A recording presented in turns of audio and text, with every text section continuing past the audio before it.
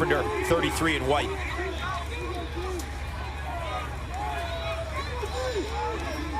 Aiden Denenza, one of a lot of Long Island players playing on this Duke team. Count is 11 in total, and we'll call their names quite often. Andrew McAdory played his high school lacrosse at St. Anthony's. He'll shoot. The bouncer soaked up that time by McNaney. Here comes Jack McDonald.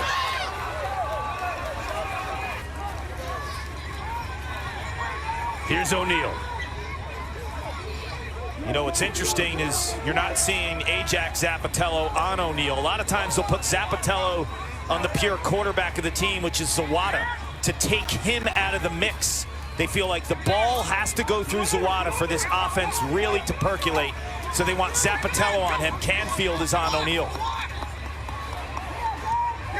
Duke gets on the board first, and it's Charles Ball, a two-time Big Ten Defender of the Year, going up against Zawada. I think a lot of people would just assume it's going to be Ajax against Brennan, but they're going to send early help to Brennan, and the big body Canfield will flush him underneath. Here's Zawada, tried to get it inside to Dyson Williams. That's Williams' spot, 51. Loves operating in traffic. Here he is from X. Up top to McAdory. So they're polling McAdory with McDonald, 51 in black.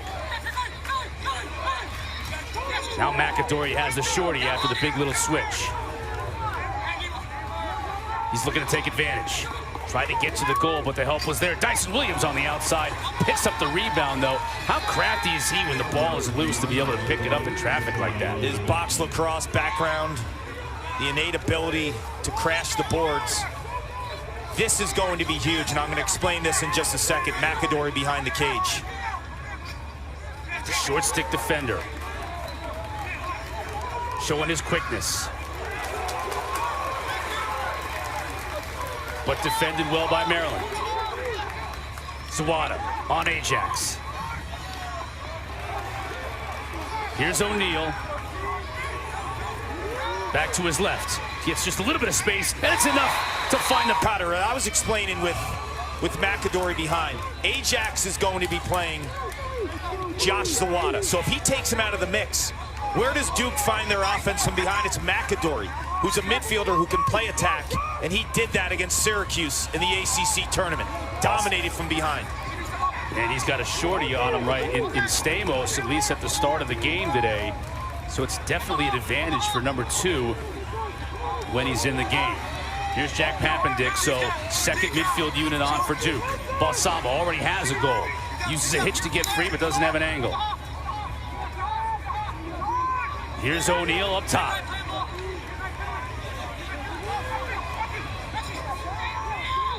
No angle on the shot. He'll take it behind the cage. He's got to love this matchup here for a dodge. Williams, bouncer. McNaney, no problems. When you watch McNaney in the cage, he gets his 3rd save of the day. He's so patient, and he never guesses. He sits on shots, he relies on his technique, and he's always stepping to the ball with his hands and feet. And again, another turnover for Maryland. Maryland can't get into sync offensively, and it doesn't help when 33 is roaming the field and preying on the offensive players from Maryland. That time it's Syracuse from Atlanta, Georgia, your hometown, Cotter. And Duke right back on the attack. Denenza. To McAdory. O'Neal takes the extra step, shoots. McNaney makes the save. He's hot early. That's 4 saves.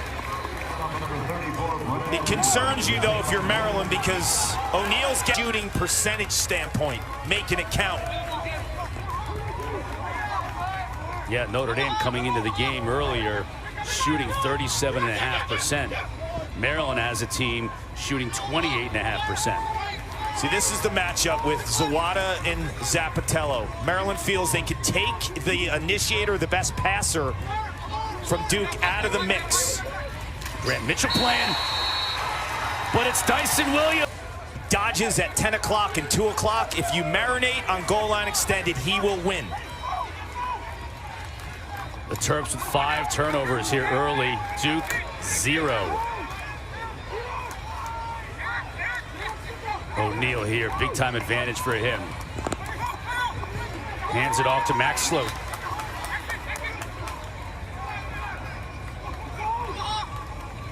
Swatted to Tenenza near side. Another St. Anthony's product to another one. O'Neal spins. Puts his shoulder to a defender and shoots and scores. On 8 shots and 4 goals here.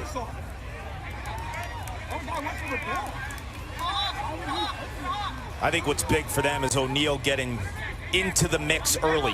When he gets into the mix early, he can explode. If you hold him at bay for the first quarter or two, sometimes he can disappear. When he's feeling it, it can snowball for an offense. Now Zawada on Ajax. Gets a pick, gets free momentarily. Johnston with a nice catch. First time we've mentioned Ben Johnston's name.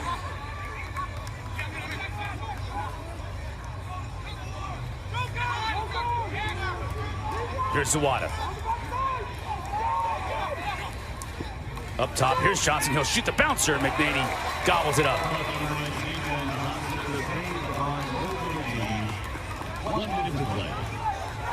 Final curse.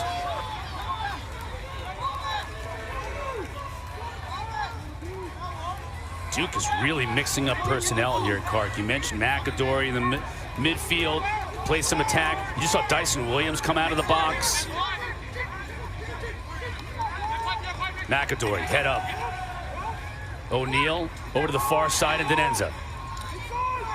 Tries to squeeze it inside, and behind the back goes Williams. And now Duke can just take care of their substitutions.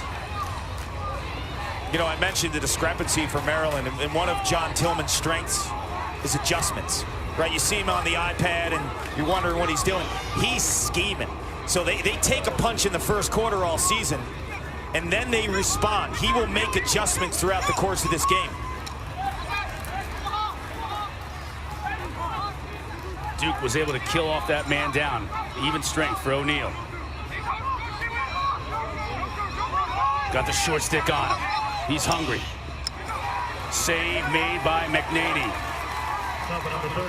6 saves.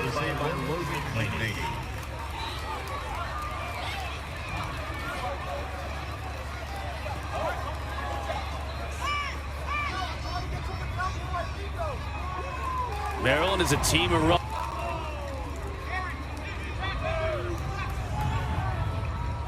Chris Cotter, Paul Carcaterra with you here in Hempstead, New York. Notre Dame is already advanced to next weekend's championship weekend semifinals with the win over Georgetown. Dyson Williams, too quick. 6-3. Before that last Maryland possession, that was Duke's first turnover of the day. They've done a very good job taking care of the ball. Max Sloat. The Terps in 2024. The turnovers. It's crushing a team.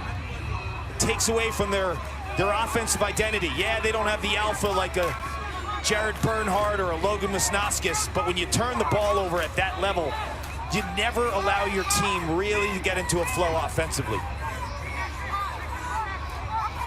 Tenenza.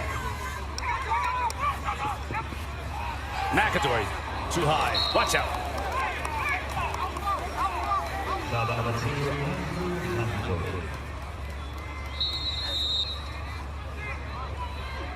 Midway point of this second quarter. Zawada got a pick.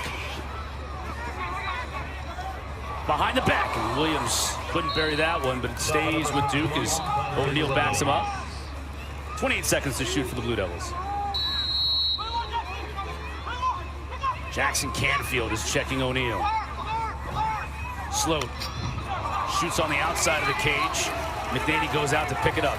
Stop at number 15, Max Sloat.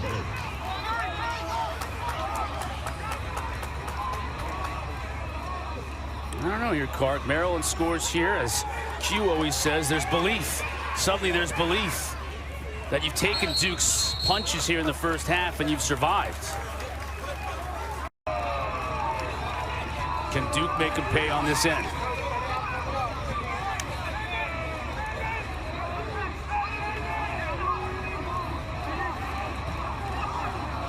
Johnston on Stamos. Back to his left hand, gets it free. The bouncer, McNaney with the save. That's a great stop by Logan. That's offside hip. That's one of the toughest saves to make as he races down this ball. He could be in trouble here. I'll tell you why, Cotter, because you don't know at that spot to go under or over to make the stop. Another multiple opportunities, one after another, on a defense that eventually, when you turn the ball over at this level, is going to be gassed. Fresh legs for Duke and Pappendick. Here's Zawada. Far side to Johnston. Balsamo scored a goal, first goal of the game for the Blue Devils.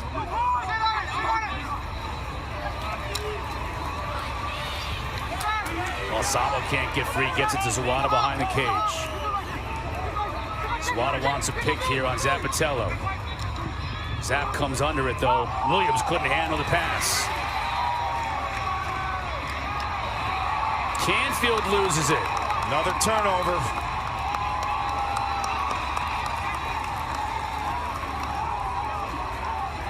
O'Neal using that big physical body in the ride. Got it back to the Blue Devils. A lot of times you see Duke will drop in a ride.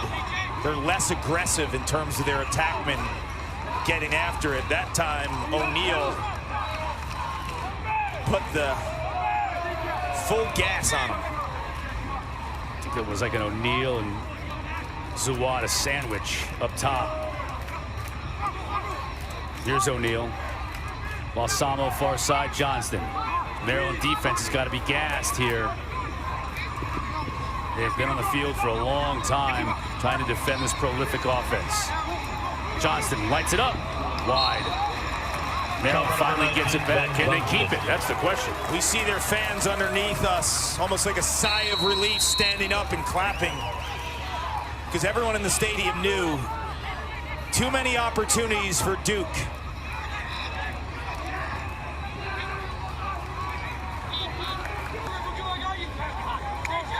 Loses his stick. Another great check by Carpenter. And now it's Duke the other way. He passes in front. Williams scores. What a nuts when you hear that number 20 on a day. Not good. O'Neal. Gialli on Canfield gets it behind to Zawada. Zawada's been checked by Zapp all game long. Here's Denenza up top.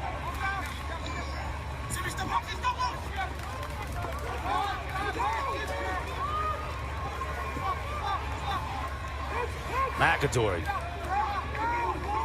O'Neal draws a lot of attention. There's the early slide on O'Neal. When Zappatello isn't guarding him, which he hasn't all day, it's not a mano-a-mano matchup. It's a defend with Canfield and early help. Here comes Denenza, 15 to shoot. O'Neal. There's the double, there's the early help. They're forcing him to think pass. Shot clock winding down, he just has to let it go. And it's a shot clock violation. Maryland crowd in attendance loving it.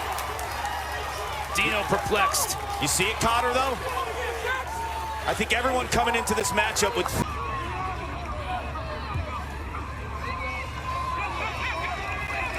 And now Johnston will put it in play for the Blue Devils.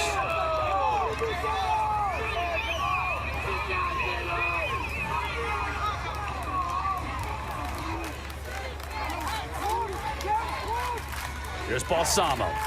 Johnston. Gobbled up by McNaney.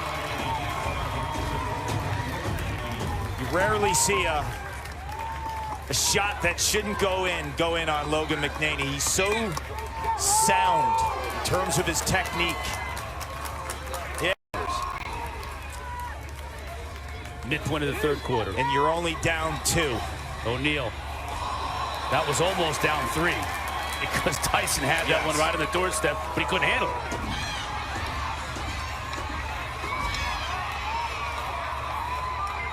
Loose ball going to go Maryland's way. If you're a Terp fan and you hear that number.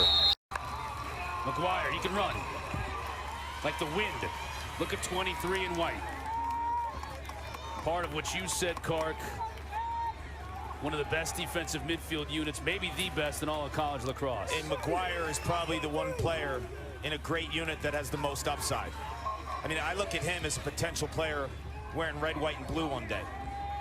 I mean, he is physically so gifted. Crazy vertical jump, strength in the weight room, great lacrosse skills, can score in transition. Got to get a procedure call against O'Neal, who lost the stick. McGuire's the type of guy you would like to throw steel around. Right, well, think about this. You still have McAdory, you still have O'Neal, you still have the young middies in Sloat and Johnston. On the flip side, you really haven't seen Maryland offensive players own matchups, draw a slide. Duke 0 for 2 shooting this quarter. That 8-goal mark that they had at the half still stands with 3:41 left to go in the third. So here's Zawada and Zap.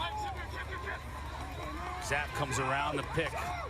Zawada looked for a cutter and found McAdory, but it was behind him. Big loose ball. Kicked forward by Maryland. O'Neal battling for it. He's going to pick it up. Has the strength to keep it. What a ground ball by O'Neal. He's made a couple of those dirty plays, right? The ride, the ground ball. You feel like there's a sense of urgency. He's a senior. He's back home on Long Island. Doesn't want this to be the last dance. Pass was deflected, but with 1 second left on that shot clock, it's going to be a violation against Duke. So the 8th spot remains on the board for the Blue Devils. Weren't we talking at halftime about adjustments John Tillman will make? I mean, this guy is unbelievable as a coach. Intercepted, bad pass by McNaney. Here comes McGuire. Williams, that kills him. Another turnover, and Dyson Williams makes him pay. 6 set, I said it earlier. Who is going to win the matchup? Right now, the only player who's done it multiple times for the Terps is Ryan Siracusa. Sloat to McAdory. Up top to O'Neal. Denenza. Back to Sloat. Here comes Denenza. Back to O'Neal. With 32 to shoot. O'Neal shoots it wide. Stop at number 34. Little change of release points there, too. His 2 prior goals lefty were more 3-quarter. This time went straight on her hand. McAdory on Burles. Denenza stands pat to give him an assist. Now Denenza gets it back. Sawada, he shoots. Kick save by McNaney, and it kicks away from him. And the officials are going to get together on this one, and they're going to give it over to Maryland. The question was it still a shot? Right, and who was closest to it then when it went? On a pass from Aiden McGuire. Kark, we've asked the question so many times this year, why does Duke go into these funks? Why does Duke, especially offensively with that much firepower, why do they have these scoreless droughts? I think today it's a combination. One is John Tillman and Jesse Bernhardt, the defensive coordinator, the adjustments that they've made, but they've also controlled the possession clock in this second half, keeping it away from Duke. If I am Duke, I am attacking from behind with Andrew McAdory. I think he has a matchup, and he has the speed to separate. And here's the matchup we all were waiting for off the top. Best against best. And now help comes. Behind the Balsamo. He'll try and attack the shorty. Only 3 to shoot. Williams shoots and scores as the shot clock winds down. Duke has been the one team, other than those 2 Dyson Williams goals, in really unsettled situations. They haven't been able to get anything going. 34. That might change it. Oh, and he does. Yeah. Let that guy change their fortunes. I guess if you're going to pick a guy, you might as well pick for the seniors, who will scratch and claw for their careers not to end. Slow wanted to get it back to O'Neal. It's McAdory here. He gets in a good spot. Shoots. Save made. McNaney gets it. And the outlet pass beautifully to midfield. McDonald thought better of it. Possessed. Still on Zawada. They're keeping it basic. This is what they scheme for. This is what they plan for. They're not changing last second. It's Will Schaller who's on O'Neal. Slowed. Denenza. Skips it over to O'Neal. Now one-on-one. Against McDonald. The help comes, as it has all game long. Slowed. He shoots. McNaney makes the save. Loose ball in the middle of the field. Picked up by the Terps. Till still has one timeout. If he can get into the offensive end, he can call it, but he won't.